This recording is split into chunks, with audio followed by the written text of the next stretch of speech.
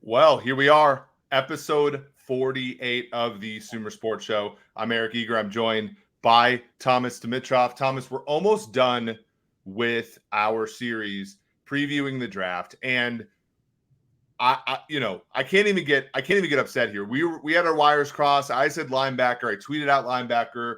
You said, I sent you both for the week, so you went, of course, as a former defensive back yourself, somebody who scouted the secondary in a past life as well. We're going to go corner defensive back today because that's what you like. And frankly, I think it's much more interesting, right? We're going to talk about linebackers Wednesday. But this one, Thomas, when you look at the first defensive back market, right, we have a bunch of guys that we're going to talk about today. Devon Witherspoon is minus 200 to be the first cornerback taken, but we're not going to see a safety high. Christian Gonzalez plus 150, and then everybody else: Joey Porter Jr., Brian Branch, Deonte Banks, three other guys we're going to talk about today are 25-1 or longer. Thomas, when you look at this group, deep group, right? 4.5 corners is the expected first round. I'm just really excited to see sort of your opinion on a position that you've graded quite a bit in your life. Well, you can see I have a pen in my hand, man. I've been working. That's how geeked out I was about it. And let's make it very clear to everyone, my fault 100%. No messages crossed or mixed messaging. You're so good about getting both of our show notes together at the beginning of the week. I just saw both of them there. My eyes locked on corners. That's why we are where we are. So thanks everyone for understanding my short sight. But I'm so positively geeked up about talking about corners. And, here we are. I'm in the office still waiting for you to get back here. When are you moving down to Atlanta, first of all? Well, I think it's June 1st, not to give June 1st is when we're allowed to move into our house.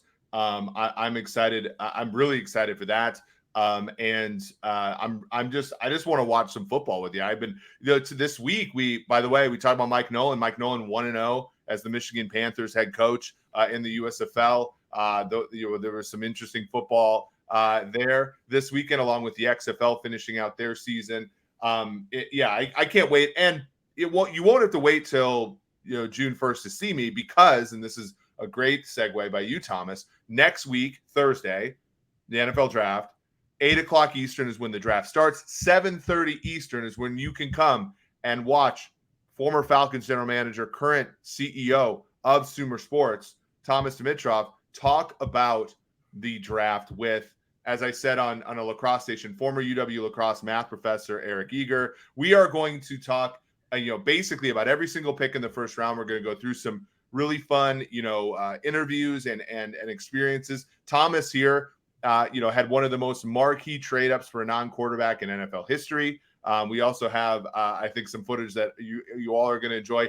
Back in the day when quarterbacks used to say, "I'm not playing for that team," there was a lot of really fun machinations and unexpected quarterbacks who made that stand back in the day. So we're really excited, to host all of you next Thursday night. We are going to do kind of another live show Wednesday, the day before, to kind of make sure that our whole setup is okay, as well as give you guys maybe your last bit of predictions as you want to go and fill out your mock drafts and all that kind of stuff. On NFL.com, for example. But you want to compete there. So I'm really excited for that. Right now, by the way, a lot of the drama is now being shifted, as it always is, away from the first pick and to the second pick. Bryce Young, has come from behind. He was, at one point plus 400. For those who are, new to gambling, that means if you bet $100, you win 400 should, that bet win. He was plus 400 at one point last month to be the first overall pick. Now he's minus 1350, which means you have to lay $1,350 just to win 100 if you think that Bryce Young is a first overall pick. So that's a staggering favorite at this point. And now we have the second pick with Will Anderson plus 175, the favorite, over CJ Stroud at plus 190. Tyree Wilson kind of getting some steam too for the possible Texans pick at plus 470. We knew that this could happen, right? We knew that, the Panthers didn't trade up for an option. They traded up for a particular guy. And it looks like by the tea leaves, Thomas, that guy is Bryce Young. Yeah, it's going to be fun to watch how this plays out. I'm still holding out hope that it's going to narrow down that gap. Does it ever go the other way with all you gamblers? Like, does it ever go to all of a sudden Stroud just climbs back up to being, nut to nut here and see how it all plays? Yeah, I mean, I remember the famous election in 2020 when Donald Trump was about this price to win. And, that obviously changed. We saw last year at this time, it wasn't as drastic, but Aiden Hutchinson at this time last year was about minus 200 to be the first pick. And that, of course, changed to Trayvon Walker later on. So it does sometimes. I mean, it's sort of like Schrodinger's bet. It's not like if I walk up to the booth and I say, hey, I want to bet the Falcons today, like that game still hasn't been played. In all reality, this decision has likely been made already. So it's sort of a weird, you're kind of trying to bet something that's already happened in some ways, which is kind of why, these books haven't been offering these odds so much. So that's where the draft is currently up top, Thomas. Can I mention one thing here that I think is important to talk about? And I think a lot of the listeners probably have heard this, where there's some banter out there right now that the GM and the owner and the head coach have a different view of who they want at that position. Being talked about that Mr. Tepper wants Bryce Young, and the new head coach and the general manager, Scott Fitterer, of course, are keen on CJ Stroud. Whether that's true or not, think about that, right? You're in a building and think about if it were to be the case. And I know that I've been on that side where there's been a strong owner in your ear saying, hey, look, I know you guys know what you're doing, but just to let you know, I like this player. Keep it in mind. And again, we say this all the time. It's their train set. It's their swing set. It's whatever set it is. Ultimately, it is the owner. Now, that has brewed a lot of issue in the past, right? When you have a general manager and a head coach who are really strong at what they do and have, strong egos, just like an owner would, right? This has nothing to even do with the Carolina Panthers in general. It is where a lot of heat stirs up. Think about how hard that would be if you were a general manager and your dude was there knocking on your door a day or two before, who we're taking, right, buddy? And you're like, yeah. And, again, we don't know anything. Like we're not saying anything on either side here, but what we are saying is, how difficult it is I would say it just kind of allows us to develop a little bit of empathy for the decision makers that are involved. Right. I mean, they don't always get to make the most, they're the most them decision, right? It's always in collaboration. It was always funny. Like, when I was first starting at PFF, it was interesting. I'd be talking to staffers and they'd be like, oh, I love your show. And I'm like, I'm sorry. Cause like, I'm critical of you guys. I'm critical of everybody on the show. And they would say something like, well, Eric, not everybody in the room agrees with everything we do. Right. This is a thing where you have being part of a team is about disagreeing and committing. And it's the same thing. Like, for example, at Sumer, like we all respect each other. We all do whatever is necessary to get the job done, but it's not always 100% unanimous as far as every decision we make. And that's true about football teams. And, again, I think what we could say is, these men and women, like they deal with things that are beyond their control sometimes. Now, I will say, I always found it hard, the people who said, oh, the Panthers traded up to 1 so that they could waive the pick, and so I'm like, I don't know if you trade $200 million in assets to move up if you're not doing it for if you're lukewarm on one guy or the other, right? So like to me, I think that to me that seems implausible. I think the Panthers know who they're picking right now,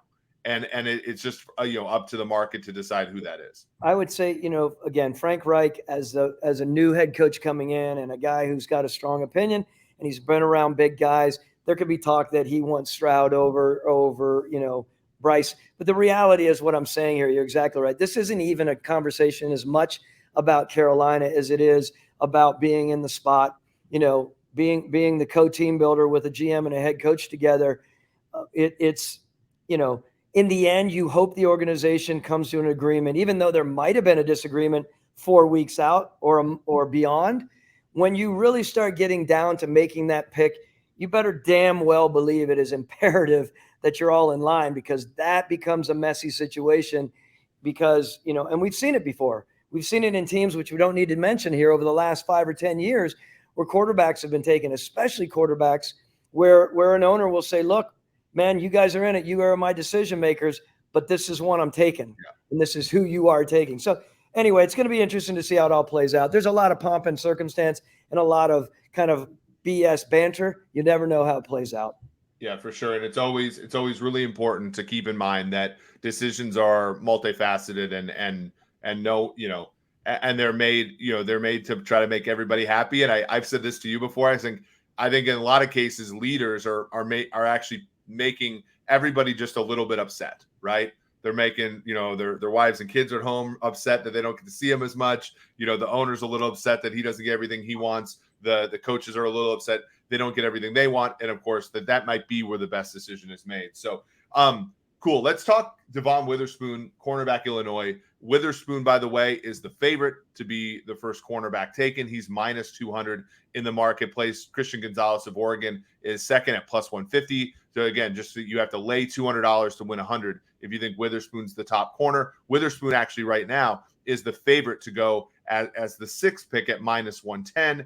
That is Detroit's pick for now. And Christian Gonzalez at plus 350. Then Gonzalez is also the favorite to be the seventh pick, which again right now is the property of the Las Vegas Raiders. So that's kind of right around where the market might see these guys.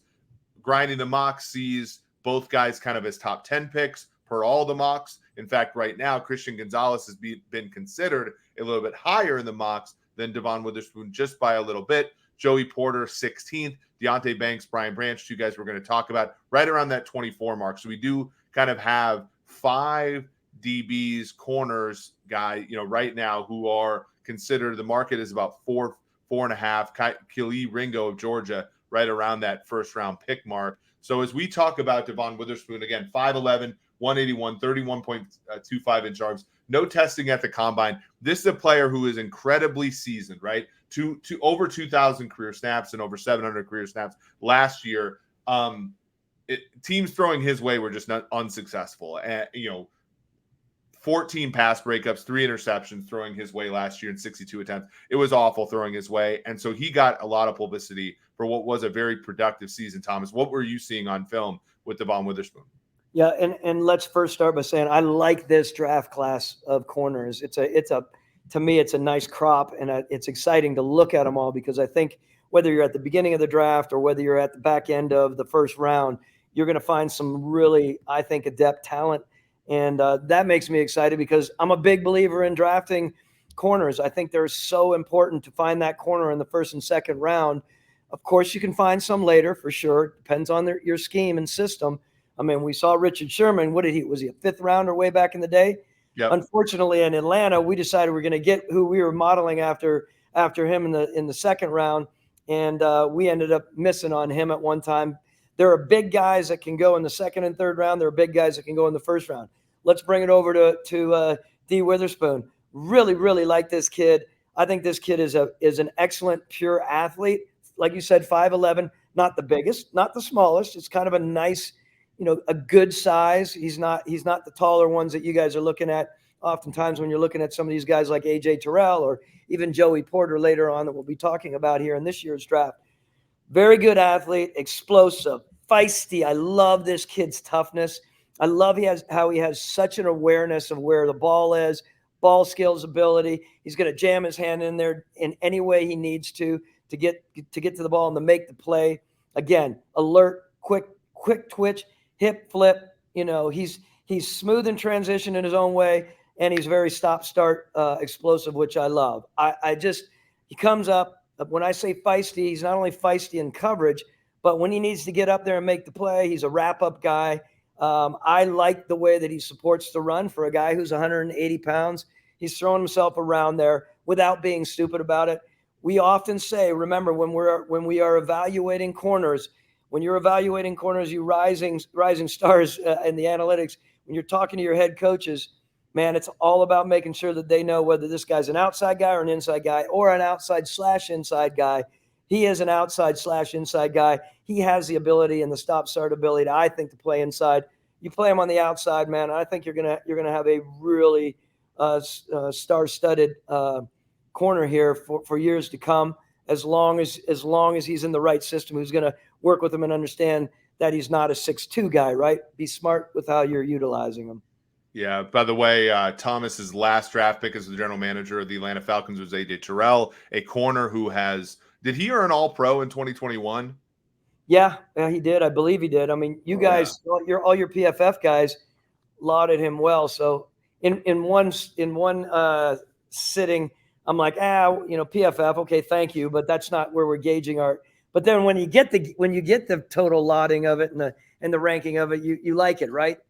It, by the way. It sort of reminds me of when we used to deal with agents, right? Like, only give me the good data. But but he, again, I look at this. A couple only questions I have are, when you look at competition, the Big Ten's not like it's a Power 5 school, but when I look at the perimeters, I got to be a little careful because it's not quite a guy like Ty Freifogel, wide receiver for Indiana, is getting a ton of targets. That's not a guy who's going to make it in the NFL. Like you feel, unless you're playing Ohio State, you're not getting that many NFL caliber wide receivers coming your way. But be that as it may, again, only 22 of 62 attempts completed into his coverage, 14 pass breakups, 3 interceptions. He's getting his hands on the ball. So I'm willing to overlook a little bit of what I consider to be competition issues. Are you worried about, so this is a really interesting point. I used to stress to our scouts all the time, and one of the things that I've said to you over the months here, you have to evaluate exactly what you're saying, who their opponent is, whether that's a pass rusher, a pass protector, whether it's a linebacker, whatever. When you look, yes, granted, you have to look at who they're running the routes against, or defending against, and who's running routes against them. However, vital for a scout and a scout's eye to be able to project and say, take that person out of it, look at who he's covering, yes, but also watch everything to do with how that player, again, is planting, coming out of his plant, how he's staying in phase, the fluidity of movement, his burst. He's a 4.42 coming off of a hamstring. One of the reasons that he didn't run at the combine, of course, that was his school at Illinois, right? He ended up running that. I mean, he's got good speed. Not saying, again, he's a burner, far from that, but he's got good speed for an NFL corner. And I think when you watch him and you watch his positives as far as his movement and all of what I was just describing, I think that's part of how you have to project, because you're not going to turn down the opportunity to have a guy like this and just judge him off of the fact that he wasn't going against the best talent. Now, if this kid's coming out, if he's coming out of Morehouse or I don't know, Georgia Tech. Yeah, so it's maybe a little different that way. He's still coming out of big-time school, and he's a prime athlete. Yeah, and as you said, physicality is important. He did have like a 13.5 missed tackle rate, but I think that's part, like, statistically, that's kind of the Derek Jeter thing, where Adam Everett, Derek Jeter, where like Adam Everett gets to more balls, but he might boot a few, whereas Jeter's too slow to get to the ball, so he never has any errors. I do think missed tackles can be a little bit misleading, where if you actually try to go mix it up as a corner, you're going to have more missed tackles, and sometimes those missed tackles can be positive too. If you make a guy cut back into the middle of the field towards your defense and stuff. So it's something that I wrote down, but I'm not necessarily all that concerned about. I like the inside outside flexibility too, to your point, because again, the Chiefs won a Super Bowl with their best defender besides Chris Jones, L'Jarius Sneed, on the sideline for the whole AFC title game because their number one pick, Trent McDuffie, could play inside. I don't think you want to go into an NFL game, and I think, Thomas, at the end of your Falcons career, this was always something that hurt you guys. Like, you don't want to go into a game with only one guy that can play slot that well, right? So even having a starting guy on the outside that can play inside if there's an injury is incredibly valuable. Yeah, hopefully you're not putting this kid inside, of course, because you need him out on the outside. I get that. Let's go back to a really important topic. You're exactly right. The miss rate, you really have to dig in. And as a general manager, we would run every missed tackle, of course, and we would look at the scenarios and try to decide why, in fact, he did it, and truly factor in, all right, this was a complete sort of lame miss, flying around, losing body control, all that stuff, or this was an full-on, heavy-ass aggressiveness move that we'll take that, right? We want to make sure that we have the corners that are aggressive, and he is very aggressive and, again, feisty with what he does. Why he's missing, we need to do more work on that. I haven't done enough on that. What I would say about this as well, I had so many of these conversations with both Mike Smith and Dan Quinn. What are we truly looking for? Because let me tell you something. If A.J. Terrell had a few misses here and there, would we rather go for A.J. Terrell, who has the ability to knock balls down, he has the ability to come up and do whatever he does or stay in phase, but may miss on some of the tackles, versus, do you want a tackler or do you want a cover guy? Categorically, you want a cover guy. Of course, you don't want some guy, again, just flailing around. Deion Sanders was one of the wimpiest tacklers in the history of the NFL, and you'd have him on your team no matter any day of the week, right? Look, like they were exactly. And I used to have this conversation with some of the coaches when we were getting down to really cutting time. I would say, they'd be like, this guy, he misses 5 tackles, and I don't like how he did that. And look at that. I'd say, look, here's the deal. We are not drafting a linebacker here. Yes, we want a guy that you guys can continue to work with on just solid, sound tackling. I don't need a guy that's going to come up and just rock someone under the chin. That's days of old anyway, right? I love it, but you need a cover guy first. And if you're going to bypass that just to get a support guy, that support guy is going to normally be an inside guy anyway. I just think it's very important to keep it in perspective on the tackle side of things. Unless it's for sure. And it's your job. I mean, ultimately, if you're making a tackle as a defensive back, usually something has gone wrong, right? Like, that's not always the case, but like it's like soccer, right? Like it's why I get a little nervous quoting coverage statistics, because in some ways, when the ball comes your way, you've already at least given the offense some daylight in most cases. So that's not great. Now, for Witherspoon to only let them complete a third of the passes, that's pretty good.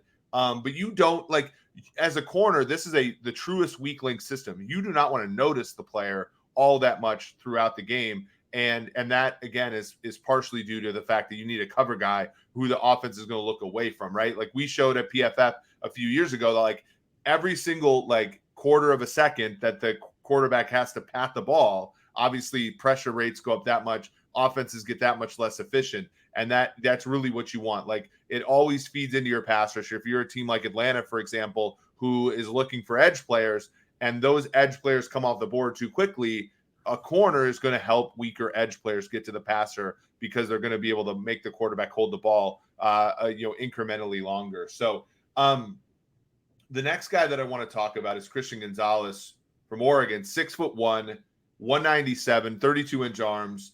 He ran a 4.38 at the combine. These are some explosive numbers, right? 41.5-inch vert, 11 feet 1 inch on the broad jump. The whole class to me is pretty athletic, but this guy is a ball player. He's played over 1,900 snaps. He only missed 5% of his tackles last year, and all 4 of his interceptions came last year, which is kind of interesting, right? As far as production in the secondary, getting your hands on footballs. He did finish very strong at Oregon. What do you see when you see Christian Gonzalez?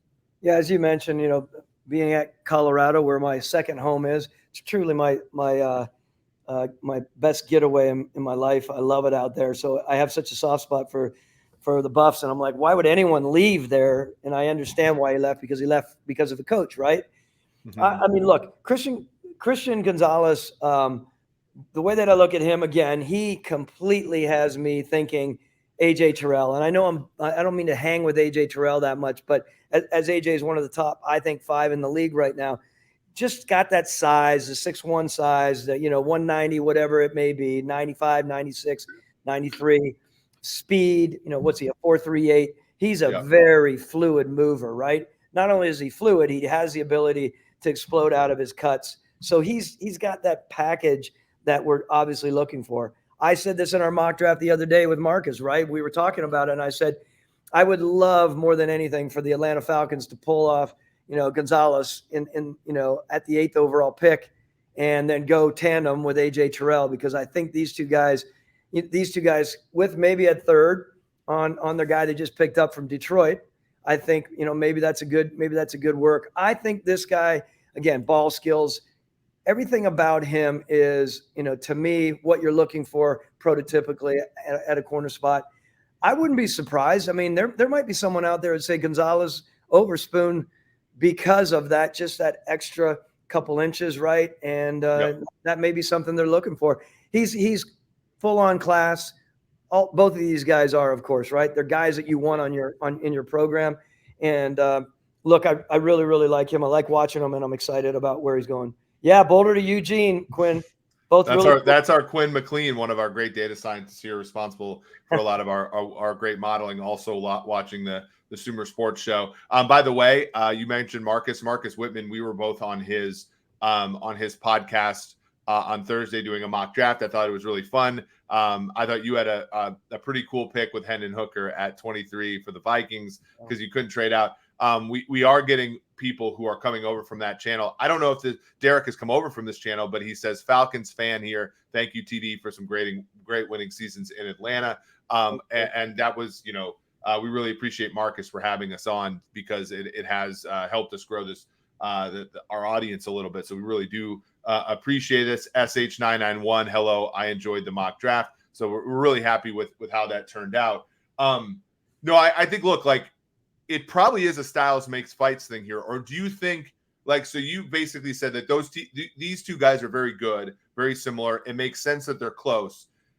If from what I'm catching, you're saying that if style had nothing to do with it, then Witherspoon is probably a little bit higher in your rankings, but you could see a team that prizes length looking at Gonzalez more, which I think makes perfect sense, right? Like, some of these defenses, you need long arms to be successful in, and some of them, it's a little bit agnostic to that. Yeah, I would say the ability to do what he can do, and he can come up and press. And I mean, I'm talking about Gonzalez, and you're right. They're not similar. Again, remember what I said the other day. I don't normally like comparing people that are a couple inches difference, because they are a couple inches different, right? We're talking about 5'11", talking about 6'1". Look, I mean, they're similar in certain ways, but I when I look at Witherspoon, I look at his explosiveness to his movement, and Gonzalez has some of it, of course. He's a smoother, longer guy, right? So there is a different stylistically, and I love Witherspoon's aggressiveness, but Gonzalez has it as well. He'll come up, make plays on balls. He's not holding back. He'll make, like you said, he's making tackles. He is consistent. To me, both of these guys are very consistent. Gonzalez probably has a little bit more consistency to him, all things considered, right? So it's going to be an interesting play. And you said the difference on in the odds were what to go? Yeah, so basically, what Witherspoon's minus 200. So that one, you basically, it's to do the math in your head, when it's a negative, you just take minus 200 divided by 300. So that would be 66.7. So that's kind of the odds you need to bet him. Christian Gonzalez plus 150. For that one, you do 100 divided by 250, which is 40. So you basically have a 40% chance there. So again, like, that's kind of where it is. And now the book takes the over round. But those are the two main guys. So Witherspoon, you could think about more like 62%. Christian Gonzalez more like 38% after you sort of work that out. So that it's very close, right, Thomas? To your point, like, you're more of a very much in what is considered a coin flip here to be the first player taken. And then when you look at the 6th overall pick, Witherspoon is the favorite, but Gonzalez is not that far behind, right? Like, that's one where you're not talking about it being plus 350. If you look at that, you're looking at basically 22% you would need to make a bet or better on Gonzalez being the 6th overall pick, which is not terribly long odds to your point. Now, very interesting, Thomas, you talked about Okudah. Does Okudah fall into that situation where maybe nothing bad happened? You know, he had an injury and stuff, but Okudah kind of reminds me of a player where we overrated his tackling, we overrated his toughness, and we didn't necessarily get down to what you're talking about, which was his cover ability. Like in pure cover ability, that's got to be the one thing you look at. And Okudah had all these intangibles, right? But now it feels like the cover ability really hurt him. And he's going to go to the Falcons here. If the Falcons take a corner first, he can sort of slide into more of a slot role, more of maybe a safety role, more of maybe a guy who is as a force player, as you said, versus something, you know, that he maybe can't be, which is a cover guy. Look, In the end, everything we're talking about here, you have to finish the play. You know, you could look good. I remember we had Chris Houston, and he was drafted by the previous regime when I got to Atlanta. We ended up trading him to Detroit, to Martin Mayhew, by the way, when we did it. But he looks so good, moving around, staying in phase, right on everyone's hip, always there, but never made a play on the ball. Never. I'm being exaggerative. I don't like that normally. But he was very inconsistent. You know, you have to make plays on the balls. You have to finish. You can look good doing all of this, but if you don't, then you definitely lose. Before you know it, you're not starting for your team. So when you look at Okudah, and yeah, he had a lot of positives to him, right, on a lot of levels. But pure cover skills has always been something that, and especially while he's been in the pros, right? I know he's had his injury, of course. It's been tough for him. They bring him here to Atlanta. Personally, I think I know there's going to be people out there saying, no, we need a pass rusher, and they do. Although, what do they have? They have three guys they just brought in, 3 30-year-old pluses, right? Along with Calais Campbell, the guy from David Onyemata from New Orleans. And yeah, those two guys are the ones I remember. But yeah, and then they have Grady in there too. Bud Dupree they just brought in, right? Bud Dupree, that's right. Bud Dupree, a good example of a guy who was signed because of his sacks and not because of his pressure rate. So I think the Falcons are buying a little bit low there, which is good for them. But think about this. So they're there and they're thinking, and I remember this. Remember, everyone, you go into the draft and you're saying, all right, we got the draft and we got free agency. What can we do in free agency? They had a lot of money, 60 million plus, right? What can we do in free agency that will allow us to do what we want to do in the draft, which is that much more precarious? You never know what's going to be there. You know how you can manage your money. Let's get the sure bets, at least, you know, per the money and what we're looking for. And maybe it's very tough to pull a corner in free agency. Yep. Let's save the corner for free agency, potentially. And they might be sitting there at Gonzalez. Who knows? Be tough. I don't know if Gonzalez gets by the Raiders or, you know, at that 6-7, I don't know. But yeah, you have to. I think the quarterbacks, Thomas, are a really wild card, right? If the first 4 guys go high, then they're going to be able to get one of those 2 guys in theory, right? If a quarterback falls, I think that they're also going to be in a decent spot too, because maybe the Raiders take the last quarterback or something like that at 7, and they're able to sort of get one of those. Because I don't think a team as we see in the markets, a team might not pass up CJ Stroud at 2 for a corner, but they might Will Anderson. And so that would help, of course, the Falcons kind of get their guy, because, you know, I think that's kind of the way it shapes out. If it goes kind of as expected with the last quarterback trailing off, it could help the Falcons. If all 4 quarterbacks go first, it could also help the Falcons. But maybe not as much, because then the Raiders might be open to getting a defensive back, considering how much they have a need at that position. Right. No, look, it'll be interesting to see how they play out. And I know we're going to move on to the next guy here, so I'll let you roll that way. But everything you say, I love our conversation on those 2 guys, because, you know, again, they're going to be difference makers in the league.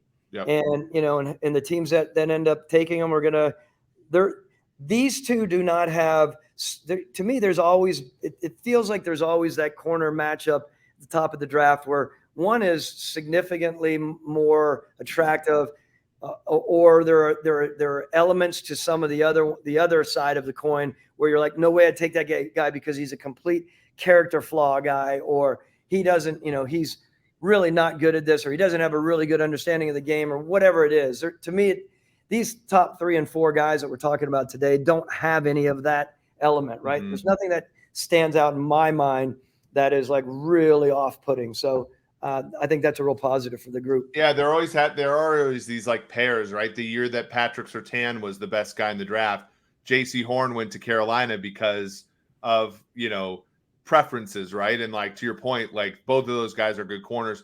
In your year, I think everybody mocked Terrell first before Henderson. Now this was second and third because Okudah went third, but like those two guys, everybody kind of were like, well, Terrell's more well-rounded, but CJ Henderson's like, this. And so then the Jaguars went with Henderson as opposed to Terrell. And that was kind of a whiff, and it was, and not, but Henderson has reasons, but like there are always these like battles between corners in the draft because it really is what the team wants as far as the movement in the guy.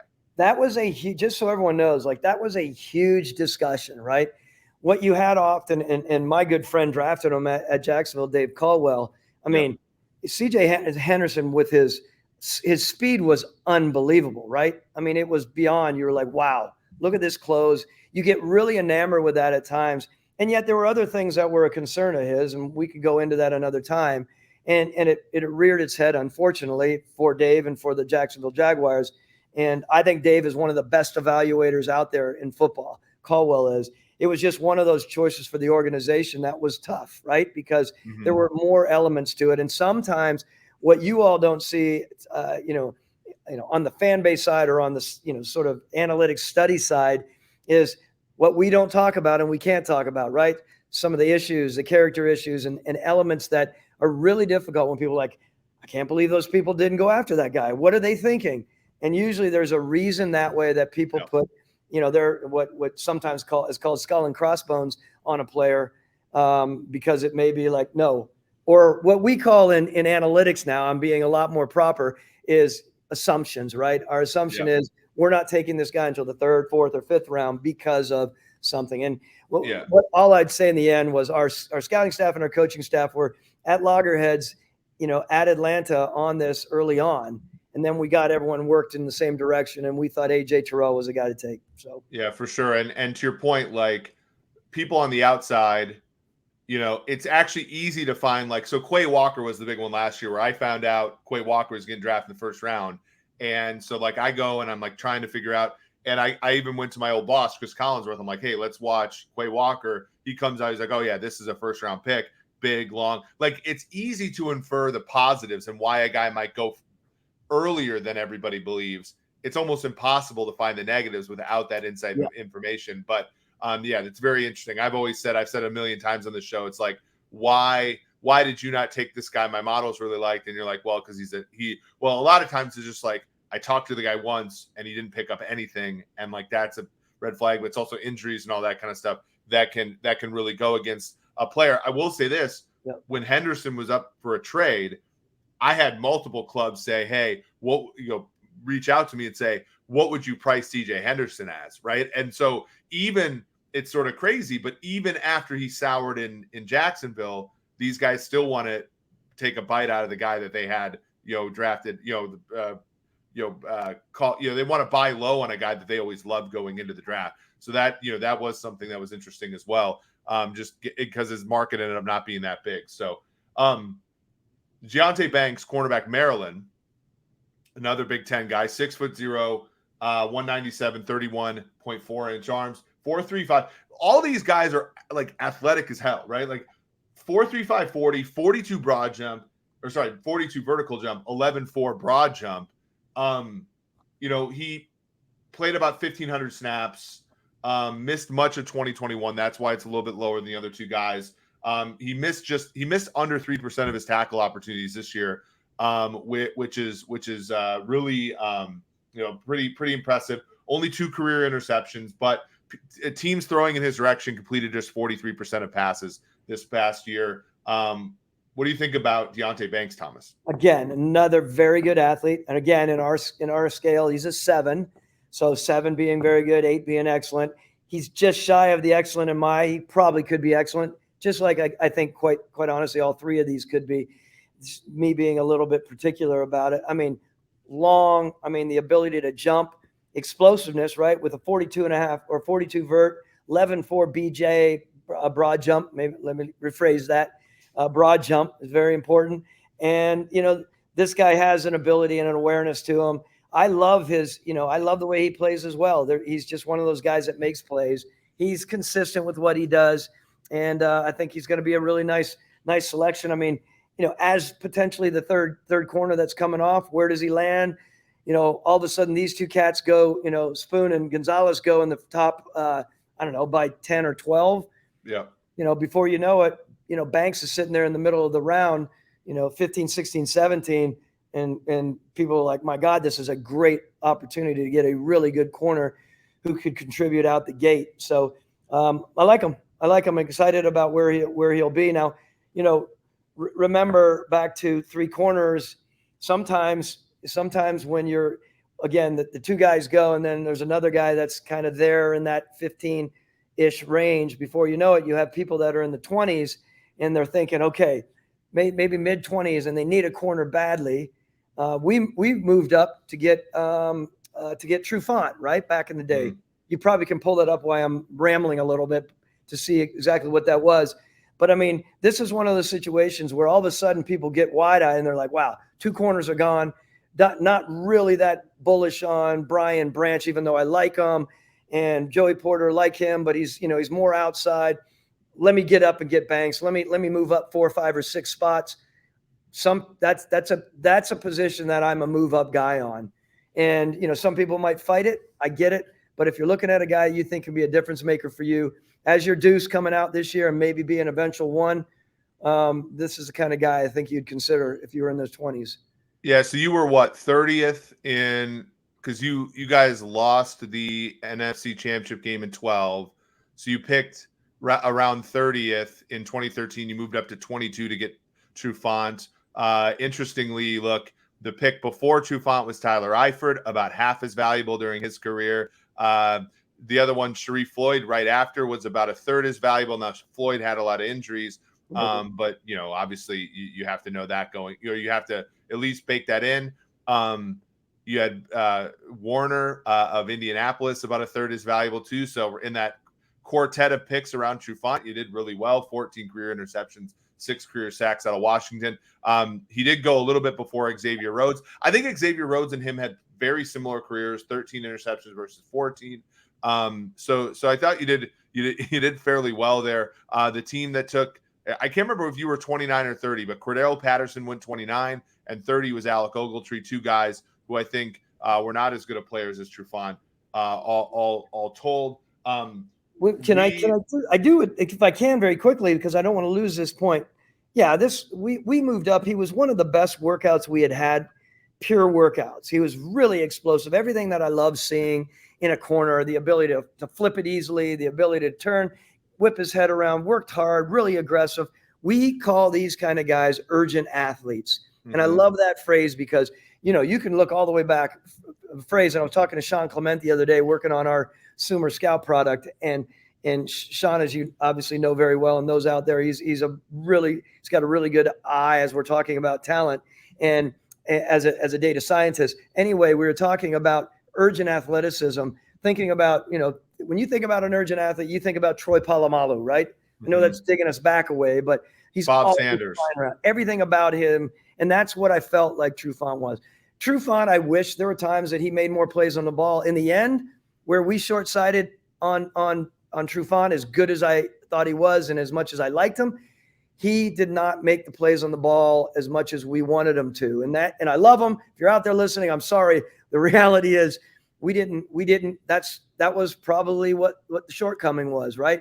Have to remember, when you're judging ball skills on these corners, it's not just about knocking the ball down. If you can't come down with the ball and your hands are suspect, that will grade you down as a ball skill guy. You can still make plays on balls, but there's a difference in making a play on the ball and knocking the ball to the ground than there is turning it over. We all know that. So I think it's really important that you do your due diligence when you're looking at these corners and make sure they truly can catch. Yeah, and he only had 2 career interceptions, 11 pass breakups. That might separate him. We do have a LinkedIn user here that says, is Banks a better prospect than Joey Porter Jr.? If both are available, the markets like Joey Porter Jr. a little bit more. I just kind of ordered them how I saw them on one big board. We are going to talk about Porter in a second.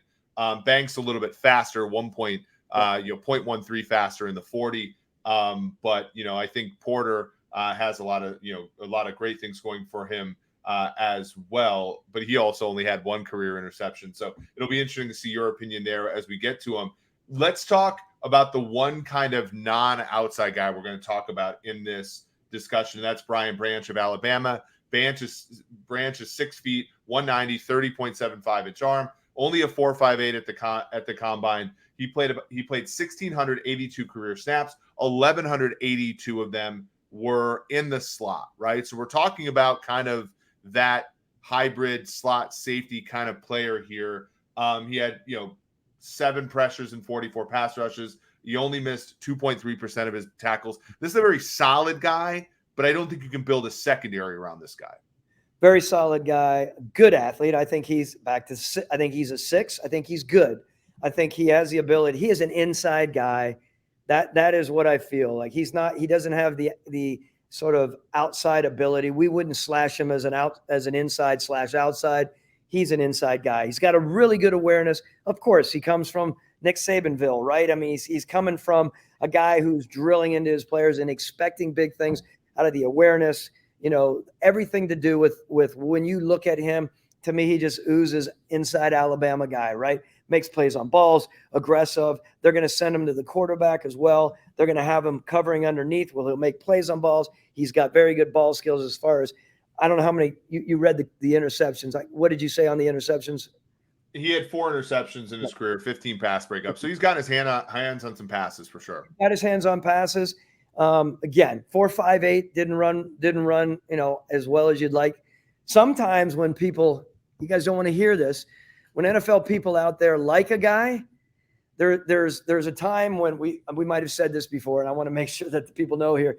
When you're about ready to pitch that to your owner and to your head coach that this kid is your 2nd round pick or your late first, if you like him that much, you look all over the world for a 40 time. You don't care if it's Joe Schmo, the barber, who came out to the field and he got him at a 4.52 or a 4.49. Sometimes people do that to make sure that they have that on the card, so they're not turning in the card with a 4.58.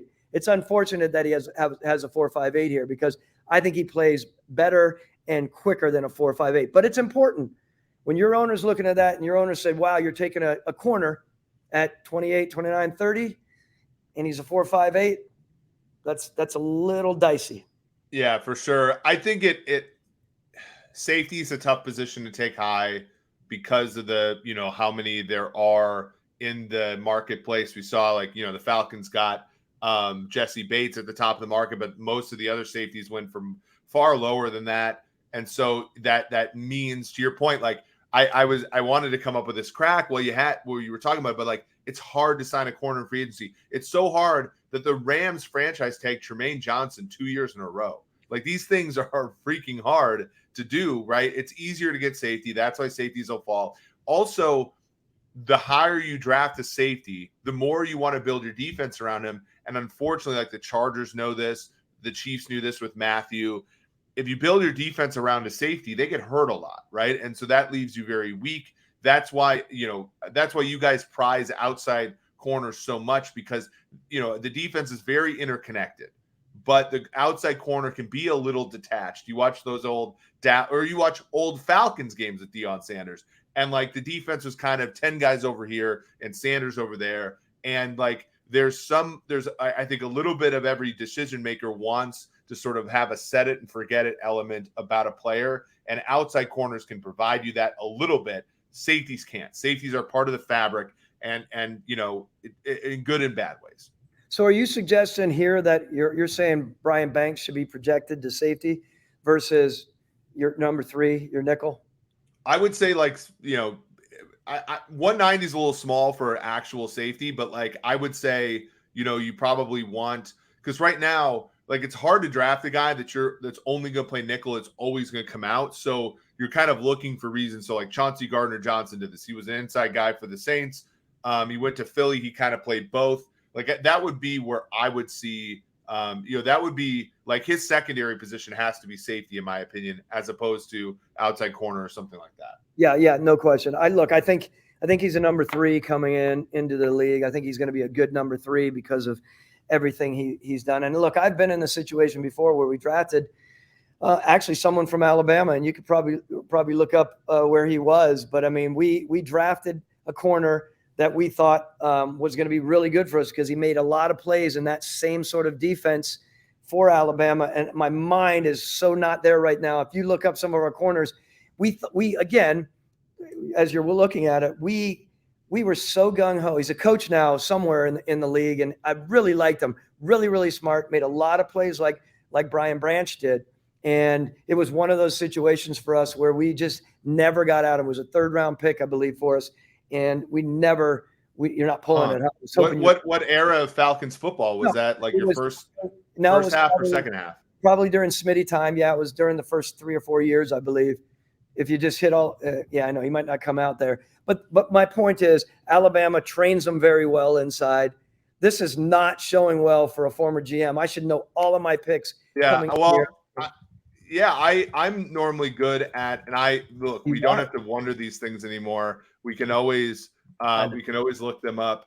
But I wanted to see where we were on the beginning of it. So not Thomas Dakoud. Although Thomas Dakoud was somebody I should have remembered. Albert,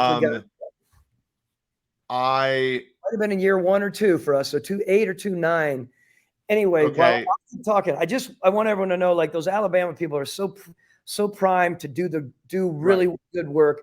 They drill him, and that's what this kid is. Yeah, dude. I mean, here's a question, like, because I do think that's weird with Alabama, because Brian Banks would be probably the highest guy a slot guy went since Minkah Fitzpatrick, and obviously Fitzpatrick ended up being a slot guy for the Dolphins. Didn't work. They ended up trading him, and that was that wasn't a great trade for Miami because they never used him. But I also think it is hard because Alabama is one of the few places that will take an elite level athlete and then play them sort of like play them in like an inside role, because they have enough great athletes to play their best athletes on the outside. Is Jalen Collins that player? No, yeah. A little late in your time, Thomas. It's a little late in my times. Yes. Okay, so I'm not going to find this player. We might have just made this person up. No, Dominic Franks. No, that was a miss for sure. No, you know who it was? Chevis Jackson. Moore. Chevis Jackson. Do you see him on there? Oh yeah. Clevis. Yeah, he was a LSU guy. LSU. My God, that's why I messed it up. Excuse me. It was LSU, 3rd round, right? It was in the 2008 draft. Chevis LSU. Derek remembers. Okay, good for you. I apologize, everyone. I should know better than that. I should be coming prepared on this. But Chevis was one of those guys. Gosh, it's kind of putting my point to rest here because I was talking about Alabama. But I'm thinking about those really athletic inside underneath guys who make a lot of plays. So it wasn't necessarily a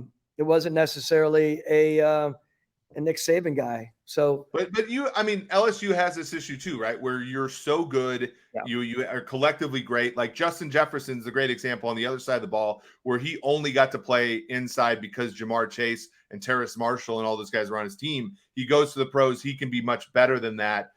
I do think that's an interesting question for Alabama players. Are you only playing a non-premium position at Alabama because you're the 4th best player in the secondary? If you're the 4th best player in La Tech secondary, you're probably not very good. If you're the 4th best player in Alabama secondary, you might be able to do more. And we just don't know because you're playing with other NFL players. It's a really good question. And that is why, by the way, scouts are so important, because mathematically it's going to be hard to code that into your algorithms. Whereas obviously a scout can sort of tell you that. Last but not least, this is a guy. Very quickly, LSU, we messed up on Jalen Collins. I've told you that before, right? Yeah. We picked Jalen Collins Dan's first year in. Back to what you're talking about. You look at some of these programs like Alabama and, again, like LSU, as you're saying, who might be subs in their own way, but they're really good and they come into your program and they can thrive. And I was talking about a receiver the other day, people that come that are number 3 receivers at places like this that have so many great athletes, and then they thrive and they can even thrive in the NFL. So it's a really good point, what we're talking about here. Don't give yourself so much grief here. I remember Kamal Ishmael, 95 games played as a 7th round pick. Ricardo Allen, one of my friends, who's now the assistant special teams coach for the Miami Dolphins, 95 games as a 5th round pick and got an actual extension from you guys as a starting player. Almost won a Super Bowl last year. Yeah, I mean, Demonte KZ also 78 games still playing in the NFL. So you've had your fair share of inside guys that have done okay. It's probably, much like with sports bettors, it's probably the losses that hurt you more than remembering the wins, though, Thomas. Look, we also made a big time move and paid a lot of money for Donta Robinson. Brought him over from Houston back in those early years as well. And Dante, I mean, he was a terror. Would rock the living crap out of you, right? We bring him in. We're expecting, this is a tough ass guy who's going to get up there and jam and play. And we pull him back and we're playing him off. Do not play those guys that should be playing off. It can be an atrocity. And we ended up dealing with him a little bit, but I'll only say this comes back to what we said all along. Your coaches and your coaching staff have to be very mindful, and we have to communicate as GMs to the coaches. What program, what scheme are we doing here? How are we going to run it? Do not pay 10, 11, 12, $13 million for a guy when you're playing him off, when you should be playing him up. Yeah, job descriptions are a big part of the team building process. I think is lost. It's the same, and all of it's connected. Like I remember Brian Poole played a really good season for you guys in 2016, but then when when Ricardo got hurt, and then obviously, when Keanu Neal got hurt later, like it just put more stress on him than was probably necessary. And then he started to play less good, right? And so like what I think is important also about defensive backs is, the top guys, you're trying to think about those guys as being, they're kind of outliers in a weak link system. At a certain point, you got to think about how these guys fit in because they have to fit in within the broader bunch. And even a guy like Neal, who was a 1st round pick, is still sort of in that realm too. He's not a top 5 guy. He's more of a very good player, but a guy that, needs to fit in the broader scheme of the secondary. And I think with this last guy, Joey Porter, 6'2", 193, 34-inch arm, very tall, right? Very tall, 4.46 in the 40, which is more than good enough when you have. Here we go again. Here we go. Look. Oh. Hi. We have every single time. Sorry about that. I should have come out there. We got to put up a sign there when it's just, when it's just us. He didn't know. I should have. Otherwise, they're going to break in. Let's start this over so that we can have this to cut up and put on the Twitterverse. Joey Porter Jr., cornerback, Penn State, 6'2", 193, 34-inch arms, 4.46 in the 40, more than fast enough with that size, right? 35-inch vert, 10.9 broad, not quite as explosive, played 1,700 snaps. Another Big Ten corner, by the way. He was only targeted 30 times all of last year. I like that. I like teams that are like, guys are so good that offenses are like, we're not throwing the ball this guy's way. He only gave up 143 yards into his coverage. He only had 1 interception. I think a lot of that is, a good question about whether or not, they're just not throwing his way or whatever. He was certainly not as productive as Witherspoon. But, I question, is that a Nnamdi Asamoah thing? Or is that just a kind of like there are other bad players in the secondary and they just threw that way type of thing? So what do you see when you look at Joey Porter's son, Joey Porter Jr.? Look at that, a classic, PhD in math analytics move to say, on one hand, you really like Joey that they didn't throw to him. And would you rather people not throw to Joey to get a feel what he truly is as a cover guy versus Witherspoon, who you were, wondering about him playing against some lesser talent? This is a really interesting conversation. And I only say it because it's really, you're exactly right. I like that Porter's not thrown to. When he's playing on the right side, I mean, obviously the right side is not, usually you're flipping it, you're your standout corner. I don't even know who their other corner is at Penn State. Of course, this guy's got a lot of skills. He's obviously tall. He's a big dude who covers a lot of ground, right? As you know, he's not the quick twitch guy that's moving. He is not an inside guy. He is outside all the way in my mind. I like everything about him. I happened to be talking to someone from Penn State recently, and they were just raving about all he was as far as a smart player, as far as, what he's going to do at the next level, because, he's got pedigree, right? I mean, his dad's sitting in the stands watching him run, the 40, and he was like, I think the first run he had at the combine, it was a 4.52. That 4.48 must have come from, did it come from a pro day? Do you know? I don't know where you got the 4.48. I got it from a combine, I think. Okay. It must have been his second run. Point is, he can run, he can make plays on balls. He's a strong, tough enough guy, of course. The idea of him going before Deonte Banks, like that's a Deontay Banks. I mean, it's going to be really interesting, right? To see how that plays out. I like this kid. I think he's in the 20s, quite honestly. And, he's just got such competitiveness to him that I think it'll be fun to watch how he develops. Does he come in as a number 3 at first? Or does he slot in for a team later on that's looking to have a guy come in right away? That's not easy to do. Remember that. There are a number of guys that get drafted in that 25 to 32 that might be a third for a while until they settle in and get themselves comfortable. What? And you said that about, how do I say this to my owner? If the guy's the 15th pick and, he's coming in to play nickel, he's not the nickel back. He's not the inside corner, but he's coming in as my 5th defensive back in subs and only getting, 50 to 70% play time. Or maybe it's even worse. Maybe he's a dime guy. He's the 6th defensive back and he's coming in because you play a big nickel or something like that. And he's only getting 30% play time. You can obviously at pick 32, that's not so bad because you're already a good team. You could already talk about it like that. But at pick 15, it's a harder conversation to have. Like, hey, this guy's going to come in and be my sub guy for a couple of years before you make him a starter. Now, the Vikings did that with Trey Waynes at 11. Like, he sat behind Terrence Newman for 2 straight years. We've seen that with Dre Kirkpatrick. I think we're talking a lot about Mike Zimmer guys. Zimmer not particularly, lovey-dovey towards younger defensive backs, but that can happen with first-round picks. You much rather that happen a little bit later and have them come in and be a guy who is amazing from the jump, but isn't necessarily having to start and play 80 snaps every game right away.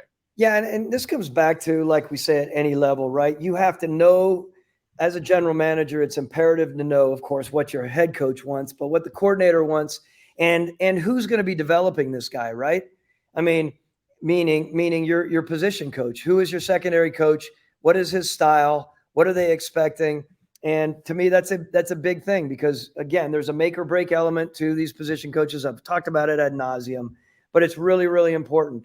And you have to put these guys in the right place. You get a guy like Joey who can come up and mug you. That's great. He could start very early, right?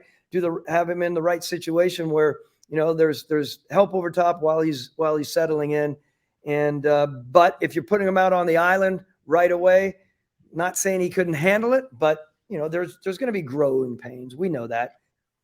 Yeah, and that's always the hard part about playing young players on a team that is good, right? Like it was like when the Steelers played Artie Burns because he was their first round pick, and yet you're trying to win, and if you're trying to go through some things like that's a hard confluence. The Chiefs with Trent McDuffie. Now McDuffie got hurt, and they had to play younger guys, and then younger guys even than him as far as pedigree, and then he comes back and is a integral part of a Super Bowl. It can happen, but it's trickier that way. And that'll be interesting to see where he goes. It'll be interesting to see where Brian Branch goes because, he's sort of more of a inside guy. We don't really see inside guys being taken that high. Dax Hill went last year at pick, I believe, 30 to the Bengals. That'll be, or 31 to the Bengals. That is, that's one, I'm still sad that the Bengals made that Super Bowl. Hence, I wanted them picking 30 and not 31 in that one in my mind. But that's actually what happened. So, Thomas didn't really like that joke. He just kind of nodded along. I got it. No, I got it. I'm following. I was waiting for the next delivery. Yeah, no, for sure. No, this has been fun. We called a little bit of an audible. I will update this so it doesn't say linebacker when we publish it. But we really appreciate you guys coming. Thomas, I learned a lot from you just by listening to you talk about defensive backs. And so that was really cool. I do think that we got the best 5 of them into the mix tonight. So be on the lookout for YouTube. We do cut these into individual ones. And so if you just want to watch your favorite player, you can go to that. They're called Sumer Shorts. But we are, one more show away from being, finished with the entire class other than specialists. We're not doing specialists. And then again, like I said, next week on this channel, the live stream will be starting at 7:30. I'm really excited for that, Thomas. I'm so excited. The more I think about it, again, I'm in here alone in this office, and I'm looking around. Besides the cleaning people that continue to come in here, God bless them. They don't know. I'm envisioning this being a completely different setup. And next week we're gonna have all of our engineers around here, right in the main room where I am right now, and then we're gonna be in the other office creating our own setup. I'm really excited about that. And if you don't mind, and this feels a little odd because I don't want to be pumping my own stuff. Get a chance, look at the GM interviews that we had, with the GMs over the last year and a half. They might be your favorite GM from your local town. We did about 15 or 16 of them, and it's some interesting, really authentic conversations with these guys. Hopefully, to have Jason Light up here soon. But my point is, I think we continue to have really cool content on the site, along with your Sumer Shorts. And it's all on Eric. Eric's the mastermind of how we're putting together this, and I love it. And my dig earlier on to you, look at you as a data guy trying to present both sides of, you like a guy when he doesn't get thrown to, and you do. I love that. I want you to educate me. So I think it's really cool. Yeah, I was going to share my screen, and then I had my antivirus show up. But let me go ahead and present really quick my screen for the website, as you said, with the Sumer Sports YouTube page. I'm going to share here. This is again where you can see all of this content here. We have what we're doing right now, which is live. But we have the Brett Veach, Thomas Dimitrov interview there. Already, I believe that one's already gotten the most likes of the week. We have Mickey Loomis as well. And then we have all of the defensive linemen that we did last week, as well as every full podcast. So if you are, really looking for a place to kind of nerd out about the draft, Sumer Sports on YouTube.